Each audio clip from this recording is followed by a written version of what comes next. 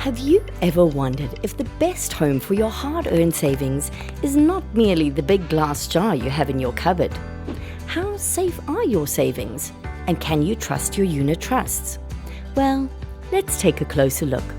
Glass jars. They're certainly transparent. You can access your money when you need to, and they don't cost a lot. You can also watch your savings grow as you add money, and random tweets by certain presidents won't influence its value. So, if this is all true, why do millions of investors entrust trillions of rands with unit trust companies? Let's consider Dwight and Jim. Both are managers and often discuss their savings philosophies. Dwight is an armchair specialist in all areas of life. He's got the inside scoop on sport, he knows what the finance minister should rather do, and has various solutions for world peace. If there is a conspiracy theory, Dwight not only knows about it, he's the true authority on it.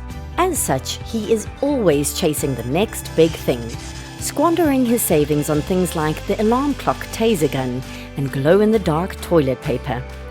Dwight believes in himself so much, he stashes his money in the glass jar because the only risks he's willing to take are on himself. Jim, on the other hand, relies on professional expertise.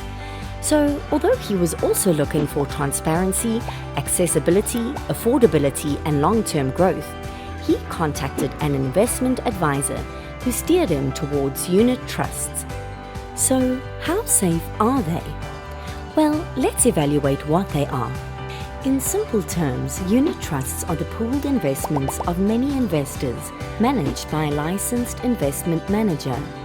They are then kept as part of a portfolio, jointly owned by the holders of the units of the trust.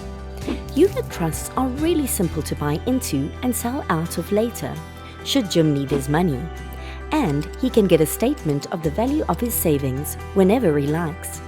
They are also highly regulated by financial watchdogs for Jim's protection and can cater to anything from small monthly investments to larger lump sums.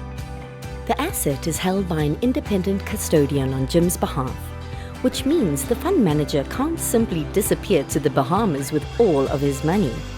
He merely instructs what should be bought and sold, but they'll always belong to Jim. So let's assume Dwight and Jim invested the same amount every month over the last 15 years. Dwight's savings will go up in a straight line. Jim's might have a more adventurous journey, especially during a global crisis. But despite market volatility, Jim will continue to pull well ahead over the long term.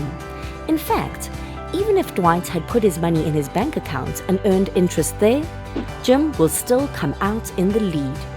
So leave your glass jars for making preserves, and preserve and grow your savings in unit trusts with your experienced investment manager.